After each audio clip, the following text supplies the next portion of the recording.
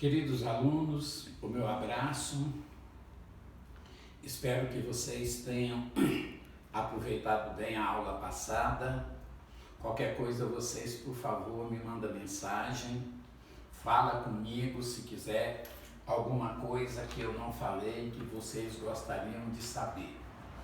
Na semana passada, nós caracterizamos, ou na aula passada, nós caracterizamos a escola parnasiana e nós falamos que o introdutor do parnasianismo no Brasil foi um escritor por nome de Teófilo Dias, com a obra por nome de Fanfarras, publicada em 1882, Aí você lembra que o realismo chegou ao Brasil em 81, o naturalismo em 81 e o parnasianismo em 82. Os escritores que melhor representam a escola parnasiana são os escritores que formam a famosa tríade ou trindade parnasiana, Então nós temos três grandes escritores, mas nós temos 5 bons escritores, além desses 3, mais 2 bons escritores aqui na escola parnasiana. Alberto de Oliveira estreia com Canções Românticas. Como vocês são pessoas inteligentes, vocês já perceberam. A obra traz características românticas.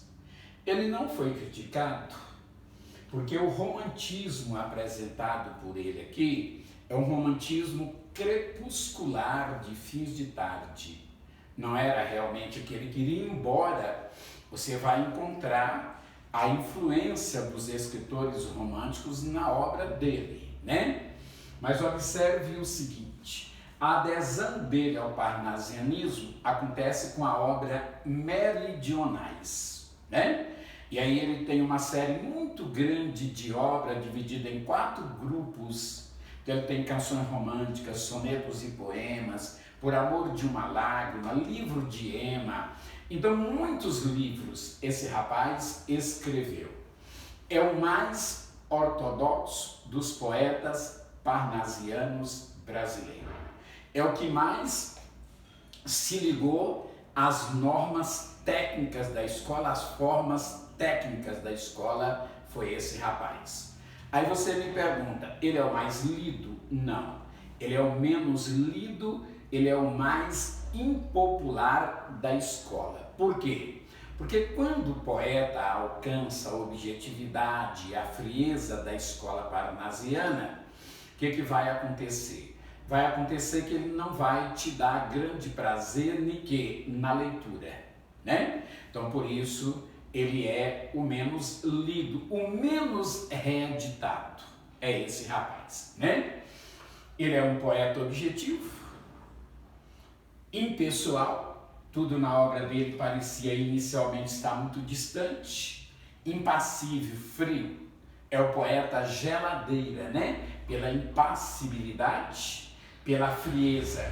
Então, essa impessoalidade, essa impassibilidade te mostra a contenção emocional da escola parnasiana. Ela reage à escola romântica, que é emocional, e aqui é a contenção. Ele é menos emocional, e observe que a preocupação com formalismo, com esteticismo, com o rigor estético formal, A poesia dele é visual, plástica. Você lembra que na aula passada nós falamos que é poesia plástica ou não? O que é poesia plástica? Poesia ligada às artes plásticas, pintura, escultura, arquitetura, não é verdade?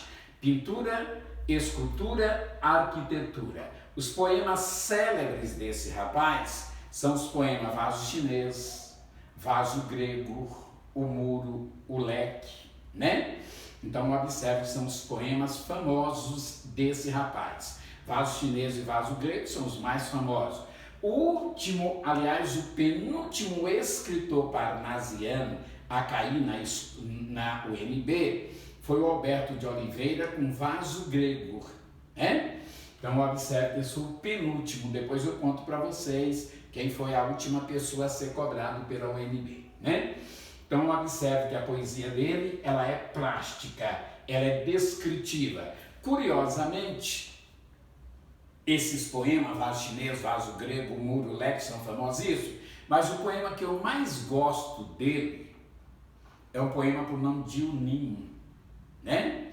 Então é um poema que eu gosto muito dele, que ele começa falando assim, ó: o musgo mais sedoso, a úsnea mais leve, trouxe de longe o alegre passarinho, e o dia inteiro ao sol esteve com destro bico a arquitetar o ninho. Então é um poema que te mostra o aspecto visual, sensorial e cromático, né? Que ele vai falar sobre muitas cores, e é um poema que vai mostrar o passarinho fazendo ninho. Quando o ninho está pronto, ele vai deitar no ninho e sonhar, né? Estender as penas multicoloridas sobre o ninho, mas vem um vento e destrói o ninho. O passarinho, observe que acorda do sonho que ele está tendo, mas observe que o ninho foi destruído. Então é um poema que eu acho muito bonitinho, talvez um dos poemas que eu mais gosto dele. Embora é claro que vaso chinês, vaso grego, mostra toda a plasticidade, o descritivismo da poesia do Alberto de Oliveira. Em Alberto de Oliveira você tem a concepção rigidamente estética da mulher, da natureza, né? Ele fala sobre a natureza. Você lembra do poema Canção do Exílio, do Gonçalves Dias, né? Minha terra tem palmeiras onde canta o sabiá. O Alberto de Oliveira diz assim: ser palmeira, existir num píncaro azulado, vendo as nuvens mais perto e as estrelas em bando. Olha como ele está distante disso aqui, ó. Ser palmeira, existir num píncaro azulado, ela está lá e ele está aqui, ó, né? Aí ele está falando da proximidade dela com as nuvens, com as estrelas, mas observe que mantendo o distanciamento, né? Observe que os objetos de arte, que é o caso de vaso chinês, vaso grego, está presente, né? Estranho mimo aquele vaso viu casualmente em cima de um tocador, entre um leque e o começo de um bordado. Esse é o vaso chinês, viu?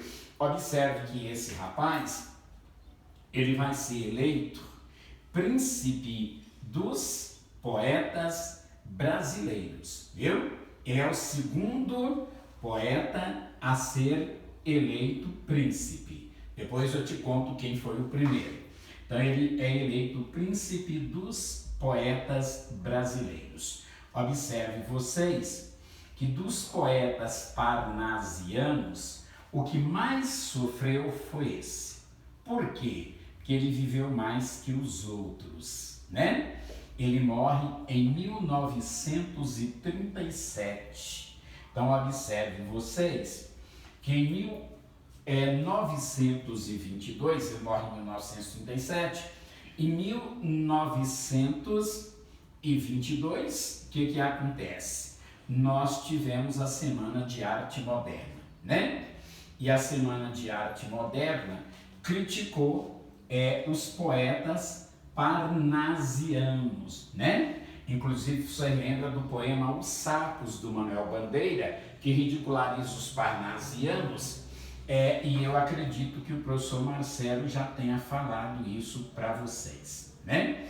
Então, observe vocês que ele foi o que mais sofreu. O Mário de Andrade critica os parnasianos em Mestres do Passado.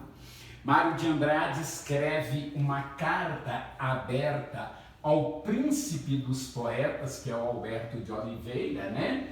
Na época vivo, e que vai falar sobre o formalismo dele, e observe que sobre a sintaxe, né? Às vezes muito rebuscada, muito retorcida, e observe que o Mário de Andrade critica ele e mostra os versos dele como estão e como poderiam ficar na ordem direta, sem tantas inversões, né? Então observe que ele vai usar de muitas inversões ele vai usar uma linguagem realmente muito formal, muito técnica, ligada à escola clássica, e por isso ele será duramente criticado pelos parnasianos e pelo romântico, me perdoe, ou pelos modernos, me perdoe, né? Os escritores modernos criticam ele, Mário de Andrade, Oswald de Andrade e outros, e observe que a escola parnasiana vai ser a escola mais combativa. De que? A escola mais combativa mais combatida pelos escritores do modernismo. Tudo bem? Muito bem. Observe que ele foi eleito príncipe, ele é o grande mestre da escola, o mais impopular da escola. Aí vocês me perguntam assim, a obra dele foi 100% arte pela arte? Não, senhores. Nenhum poeta vai conseguir isso, viu? Tudo bem? Ele só é um pouquinho mais que os outros. Inclusive diz que no final da obra dele, ele parecia ser um romântico retardatário e arrependido, né? Então observe que ele não se manteve assim totalmente. Ele foi um pouco mais que os outros parnasianos. Esse rapaz fez até o 3º ano de medicina e observe que formou em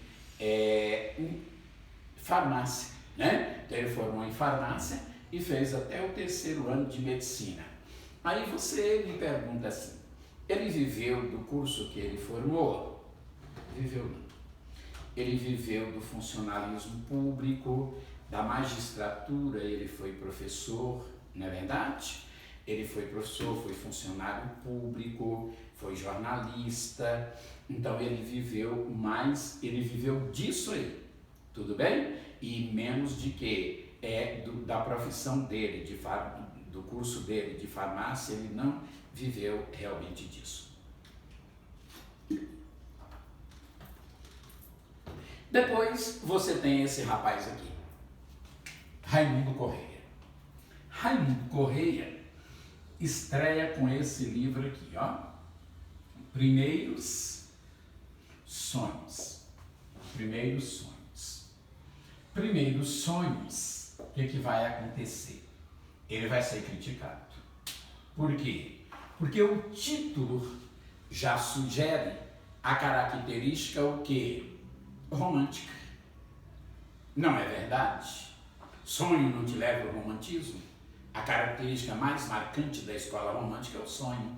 Não é verdade? Então, Primeiros Sonhos ele foi criticado. Tudo bem?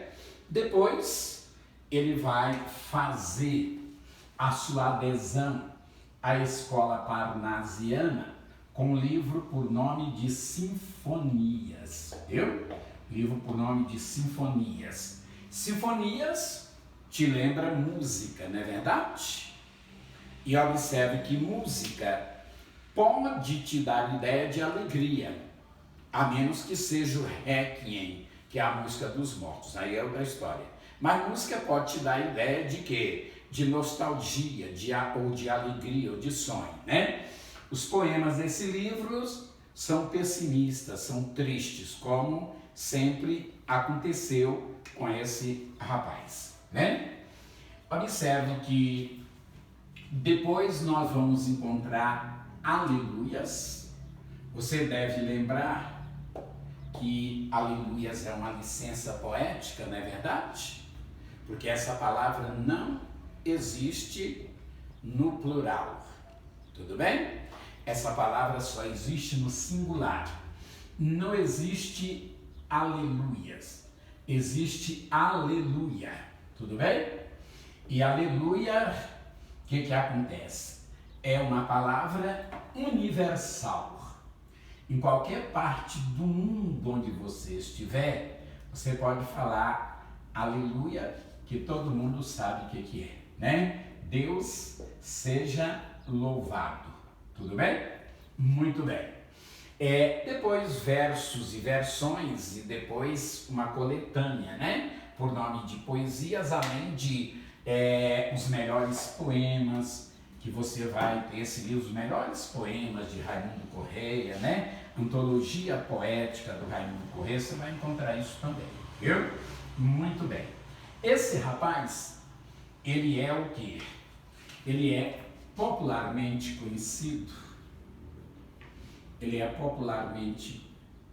conhecido, como o poeta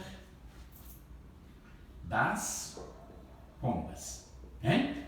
Como o poeta das pombas. Eu acredito que todos os que me assistirem lembrarão que é por causa de um soneto intitulado As Pombas, né? Que alcançou uma popularidade muito grande aqui e em Portugal, né? Esse rapaz, ele foi taxado de plagiador.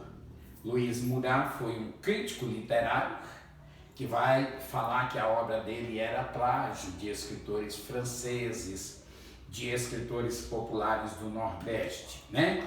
Mas muitos outros críticos literários vão fazer a defesa dele e vai mostrar que se às vezes ele se inspirou em algum poema, o poema dele ficou melhor do que o poema em que ele se inspirou. Todos vocês sabem que o Manuel Bandeira, além de poeta, foi contista, cronista, ensaísta e crítico literário, não é verdade? Todos vocês sabem disso. O que o Manuel Bandeira falou? Que se ele recriou, a recriação ficou melhor que a criação. Esse poeta, ele é filosófico, reflexivo, né? Pessimista. Ele vai analisar o comportamento humano. Sempre quando você lê o Raimundo Correia, você lê com muita atenção, com muito cuidado, porque ele analisa o comportamento humano, tudo bem? Em As Pombas ele diz, vai a primeira pomba despertada, vai-se outra mais outra, enfim, dezenas de pombas vão-se dos pombais, apenas raia sanguínea e fresca a madrugada. Manuel Bandeira ficou deslumbrado com este decassílabo e observe que uma expressão sanguínea e fresca, que ele vai mostrar o quê? Ele vai mostrar uma sinestesia nisso aí. Você lembra que sinestesia é o quê? O cruzamento das sensações, né? O Bandeira diz que sanguínea vai te dar a ideia de quente, além de vermelho, fresca, frio e branco, né? Então Manuel Bandeira vai dizer isso. E esse mesmo Manuel Bandeira, em apresentação da poesia brasileira, chama esse rapaz de quê? O maior artista dos versos. Só para você ter uma ideia, lá em Portugal, né?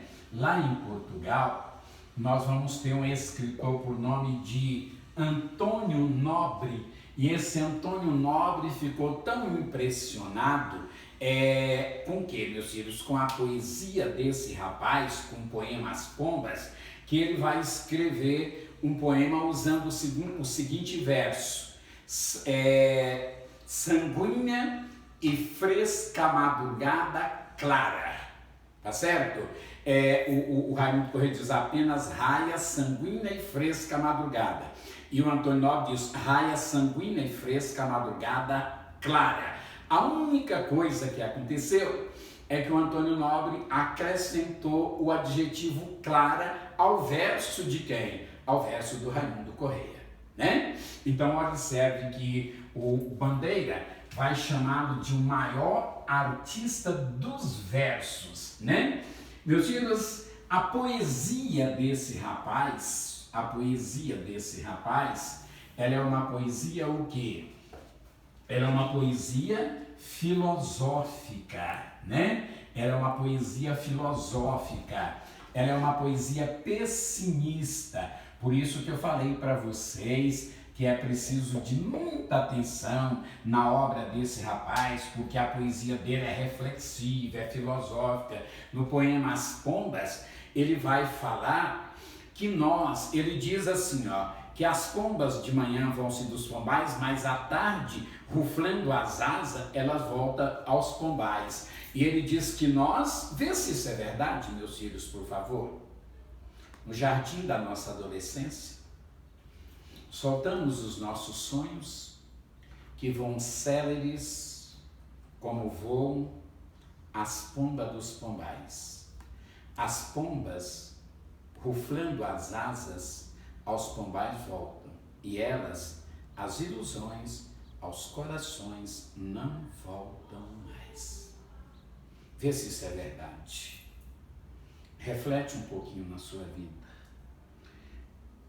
Vê os sonhos que você teve na adolescência.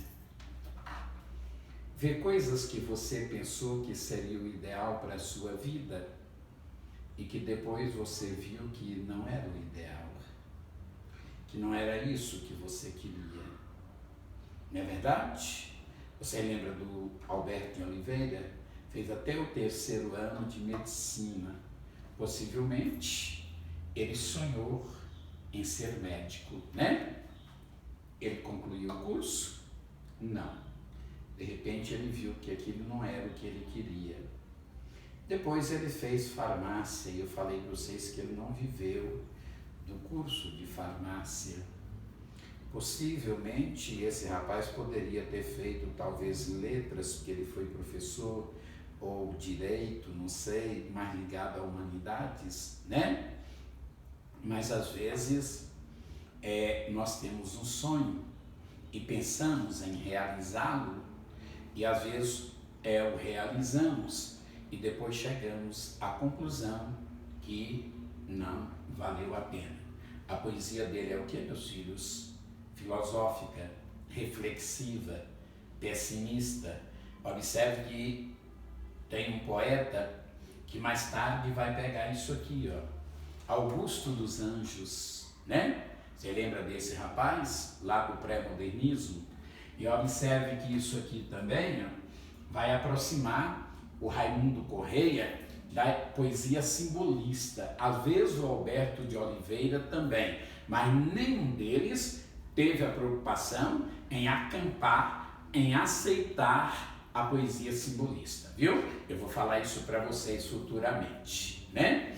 Mas observe que aqui já mostra isso. Eu gostaria que você lembrasse de um poema dele por nome de Mal Secreto. Vê como ele analisa a vida, mas preste toda atenção no que eu vou falar e vocês vão refletir se tem sentido, se não tem, se depois você quiser me telefonar e falar comigo que não achou sentido nisso, você pode fazer isso, você pode me mandar mensagem, ficar à vontade. Ele diz assim, ó, se a cólera que espuma e a dor que mora na alma, tudo que punge, tudo que devora o coração no rosto se estampasse. Se pudesse o espírito que chora ver através da máscara da face. Quanta gente então que inveja agora nos causa, então piedade nos causasse. Quanta gente que ri consigo guarda um atroz recôndito inimigo, como insondável chaga cancerosa. Quanta gente que ri, talvez existe, cuja aventura única consiste em parecer aos outros venturosa, né? Quanta gente que sorri te dá uma impressão de pessoas felizes e são o quê? Infelizes. Você já viu isso, não é verdade? Você já viu pessoas que aparentemente elas são felizes e depois descobre que eram pessoas extremamente o quê? Infelizes, né? Mas as pessoas enganam aos outros. As pessoas, observe que mostram uma coisa e na realidade elas pregam uma coisa e praticam outra. Elas falam uma coisa e depois nós ficamos sabendo que é totalmente o contrário daquilo que as pessoas falam. Então você reflete nesse poema Mal Secreto e você observa se isso que eu acabei de falar para vocês tem sentido ou não tem sentido. Então vocês estão vendo que a poesia dele é filosófica, é reflexiva, é pessimista, né? Ele foi um sonetista admirável, mas aí vocês vão me falar o seguinte, todo poeta parnasiano, ele foi o quê? Grande sonetista, todo poeta parnasiano foi o quê? Grande sonetista, né? Por quê? Porque na aula passada nós falamos o quê? Nós falamos que o soneto teve a preferência da escola parnasiana pela ligação que ela tem com a poesia o quê? Pela ligação que ela tem com a poesia clássica, né? Aí nós falamos que o romantismo quase que não usou o soneto, né? Ele realmente não teve muito gosto pelo soneto, mas o parnasianismo vai retomar, observe que é a fonte do classicismo, e vai valorizar o soneto, né? Então observe que foi um grande sonetista esse rapaz. Ele entrou para o curso de Direito lá em São Paulo, né, muito novo, e ele foi juiz, quase que o tempo todo esse sujeito foi juiz, também esteve ligado à diplomacia, né, e ele era muito tímido, a poesia dele é triste, viu, é pessimista, que ele era muito triste, muito retraído. Machado de Assis, que fez comentários sobre a poesia dele em 2 oportunidades, em primeiro Sonhos, depois em Sinfonias, e fala sobre a maneira dele, que ele era um poeta consciente, e depois o Machado de Assis o conhece e fala que quando conheceu foi uma decepção. Por quê? Porque ele diz que pensou, né, que esse sujeito fosse um sujeito extrovertido. Ele disse que esperou que esse sujeito fosse um sujeito coruscante, e no entanto ele era retraído, o sorriso dele era tímido, né? Ele era triste, mas observe que foi um sonetista notável, fantástico. O mesmo Manuel Bandeira vai falar que esse rapaz é autor de alguns dos versos, mas misteriosamente, autor de alguns dos versos mais misteriosamente belos de nossa língua, né? Então observe que o Manuel Bandeira, ele vai falar isso, autor de alguns dos versos mais misteriosamente belos de nossa língua. Isso analisando, Bandeira vai analisar os seguintes poemas, viu? Banzo, Mal Secreto, As Pombas, para falar isso. Autor de alguns dos versos mais misteriosamente belos de nossa língua. Isso quem disse foi o Manuel Bandeira em Apresentação da Poesia Brasileira. Aí você lê o poema Banzo, que eu tenho certeza que se eu falar é um poema descritivo, mas se eu falar para vocês não vão gostar. Esse poema você só vai gostar se a gente analisar o poema, né? Banzo é uma tristeza que dava no escravo e matava o escravo, você lembra disso? Ele começa falando assim, ó: visões que na alma o céu do exílio incuba, mortais visões fuzilo azul inflando, coleia basilisco de ouro ondeando o Níger, brame leões de fulva juba, uivam chacais, ressoa a fera tuba, dos cafres pelas grotas retumbando, e a estralada das árvores que um bando de paquidermes colossais derruba.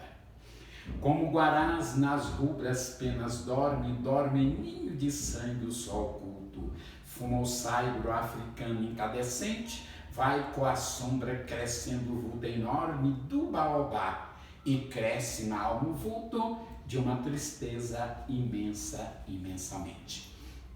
Se você observar A poesia desse poema está no primeiro verso e na metade do segundo verso. Visões que na alma o céu do exílio incuba, mortais visões. Pronto.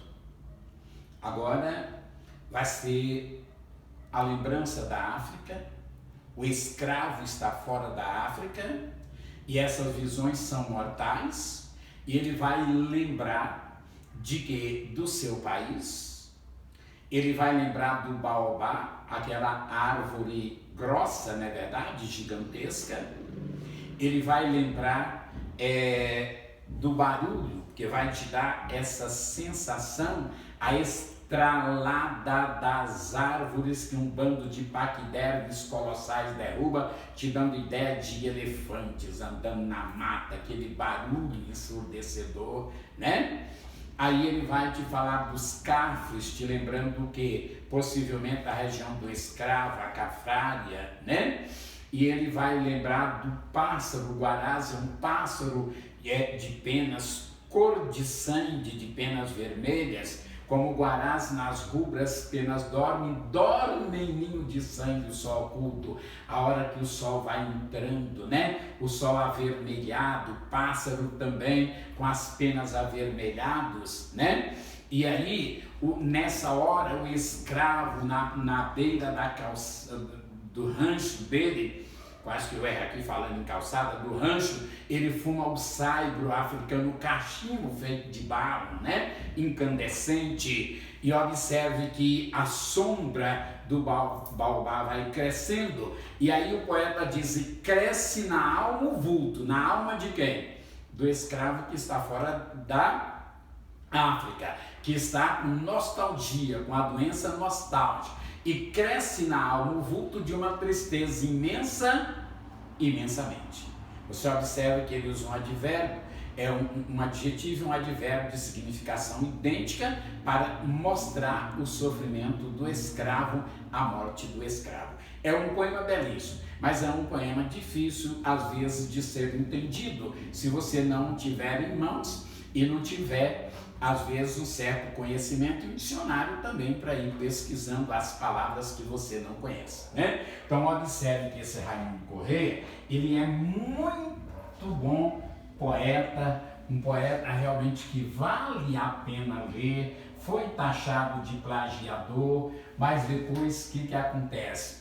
Foi valorizado esse sujeito, enquanto que a obra do Alberto de Oliveira não é o que reeditada. A obra desse rapaz, você tem antologia poética, não é verdade? Desse rapaz, então observe vocês que já é valorizado esse rapaz bastante. Depois nós temos esse rapaz aqui, ó, Olavo Braz Martins dos Guimarães Bilac, né? Olavo Braz Martins dos Guimarães Bilac. Curiosamente, ele gostou muito do alexandrino e o nome dele é um alexandrino, viu? Ele estreia com esse livro aqui, ó, Poesias. Tudo bem? E ele já se consagra com esse livro. Esse rapaz também estudou medicina, né? Fez até o 4º ano de medicina. O pai dele era médico do exército, viu? E observe que queria que ele fizesse medicina, mas ele vai acabar abandonando o curso e rompendo com o pai. Perfeito? Então ele vai acabar fazendo isso.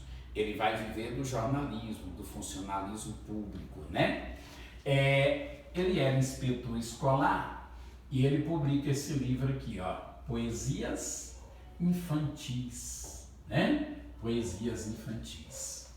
A Cecília Meirelles conta que ela se destacou na escola e recebeu uma medalha que foi uma premiação instituída por ele para fazer o quê? Para premiar os bons alunos. E ela tinha 10 anos e recebeu das mãos dele uma medalha pelo desempenho dela na escola. E ela disse que ficou muito emocionada com essa medalha, porque esse rapaz eu não vou conseguir, viu?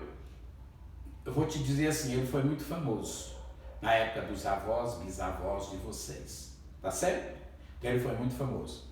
Mas deixa eu acrescentar, ele foi famosíssimo. Mas eu não vou conseguir falar para vocês o tanto que ele foi famoso.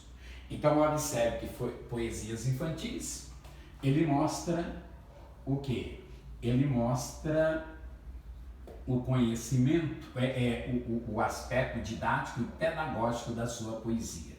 Ele é cantor dos nautas portugueses em tardes, viu?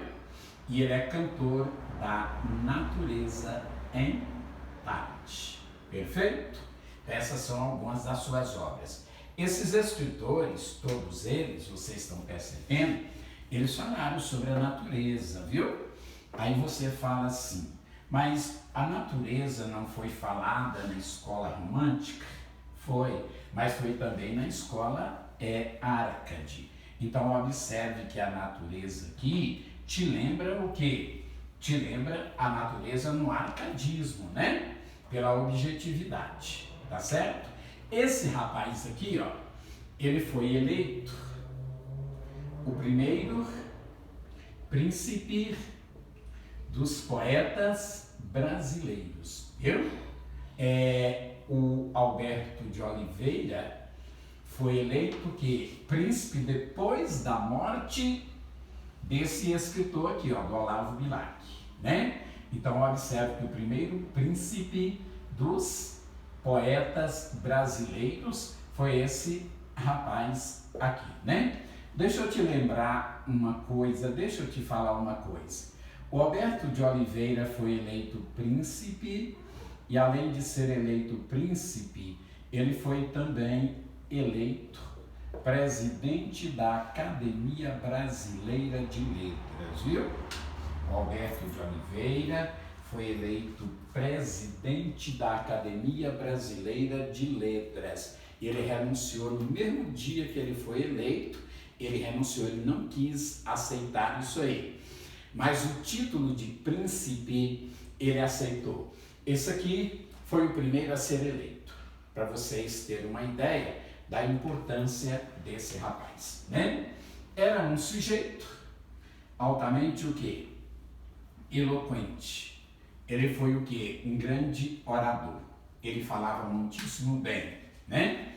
Meus filhos, ele foi um grande orador, um grande conferencista, um homem de uma cultura fantástica, que diz que quando ele fazia suas conferências, se ele falasse em aspectos dispares entre si, ele ainda prendia a atenção das pessoas, exatamente por causa de quê?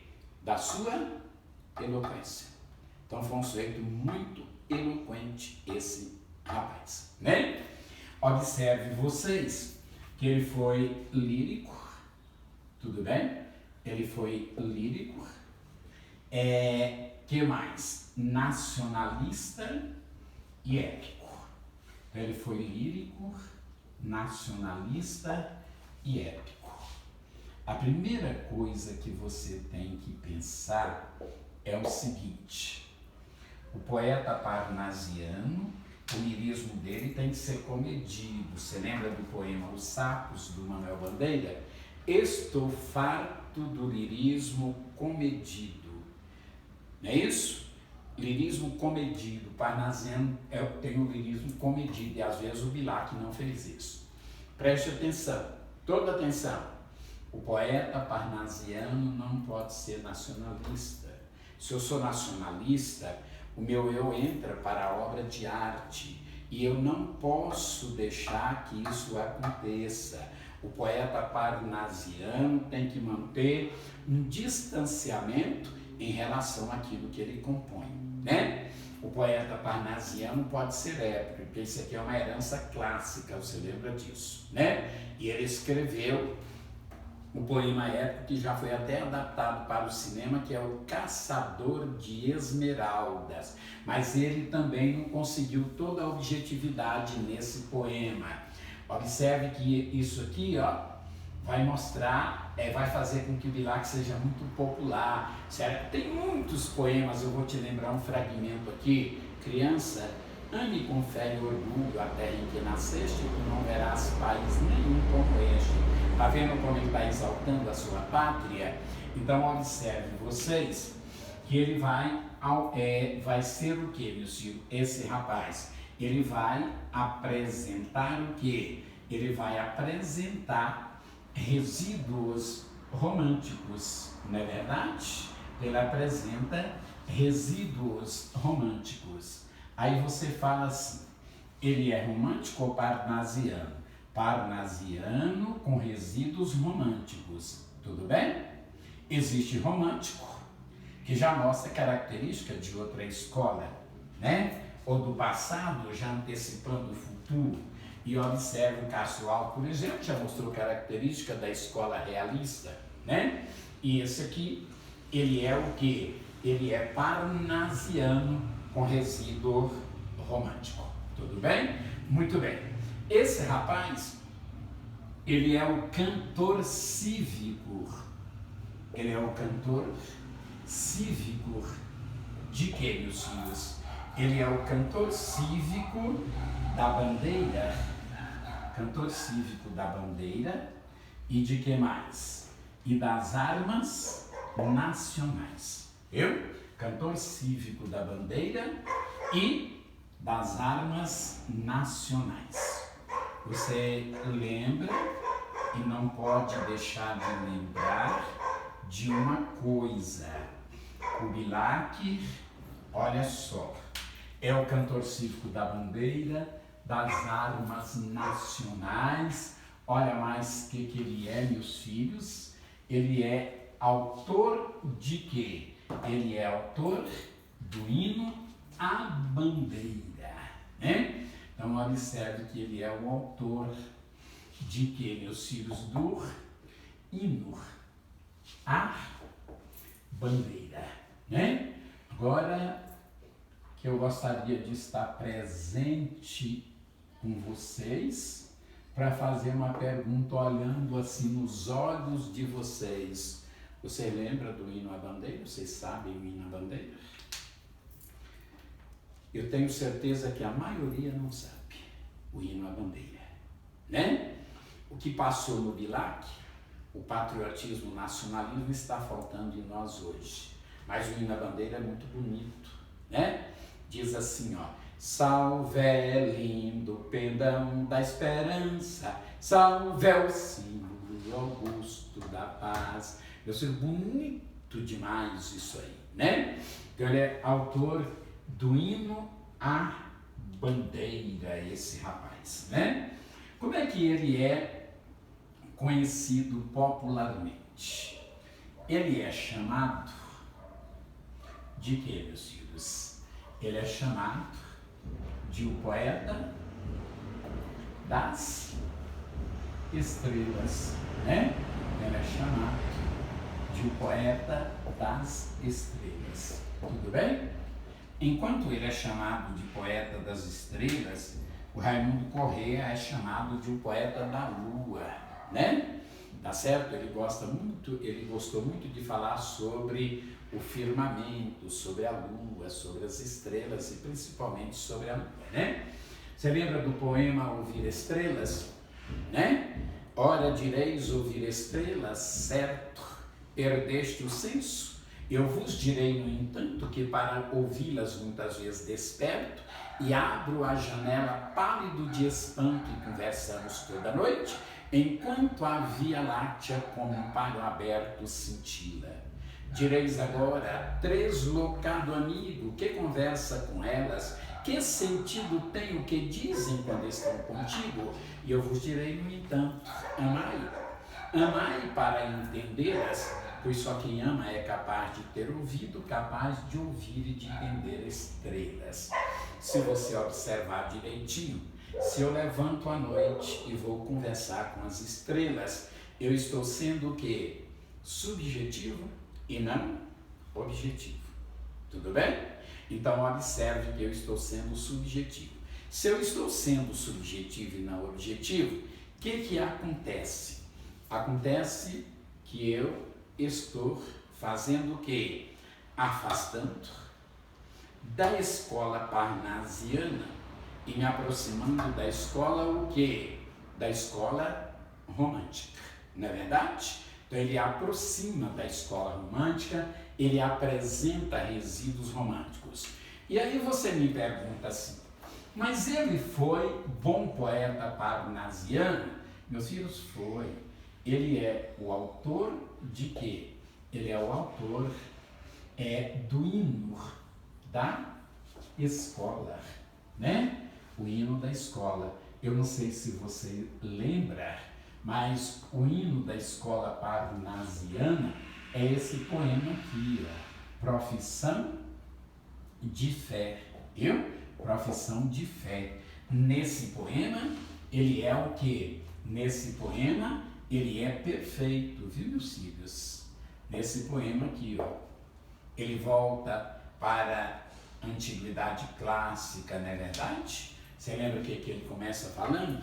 Não quero Zeus capitolino herculibero talhar no mármore divino com camartelo. Estou mostrando a perfeição. Você lembra do poema A um Poeta? Longe do estéril turbilhão da rua, Benedetino escreve no aconchego do claustro, na paciência e no sossego. Trabalhe, teme, lima e sofre sua, mas que na forma se disfarce o emprego do esforço, e a trama viva se construa de tal modo que a imagem fique nua, rica, mas sóbria, como um templo grego. Imagine esse poema. Longe de todos os problemas da rua, o poeta parnasiano age como um monge benedetino. E ele escreve como se ele estivesse enclausurado, né? Escrever é trabalhar, vocês observaram? Trabalha e teima e lima e sofre e sua, mas que na forma se disfarce o emprego do esforço, e a trama viva se construa de tal modo, aqui você pode perceber no enjambement, no encadeamento, que a imagem fique nua, rica, mas sóbria como um templo. Templo, arquitetura, artes plásticas, não é verdade? Muito bem. Ele é o poeta do amor. Eu vou concluir isso para vocês na próxima aula, porque eu fui informado que o meu tempo terminou, né? Então, na próxima aula, eu vou terminar, possivelmente escrever mais uma ou duas coisinhas só sobre o Bilac, e terminar e falar sobre Vicente de Carvalho e Francisca Júlia, e começarmos o simbolismo. Recebo o meu abraço, que Deus abençoe vocês, guarde vocês deste vírus. Contudo, use máscara, evite aglomeração, não ajude a propagar essa doença, por favor. Vamos vencer essa doença e eu quero saber de vocês, muito em breve, sendo aprovados no vestibular. Recebo o meu abraço, Deus abençoe vocês. Até a próxima.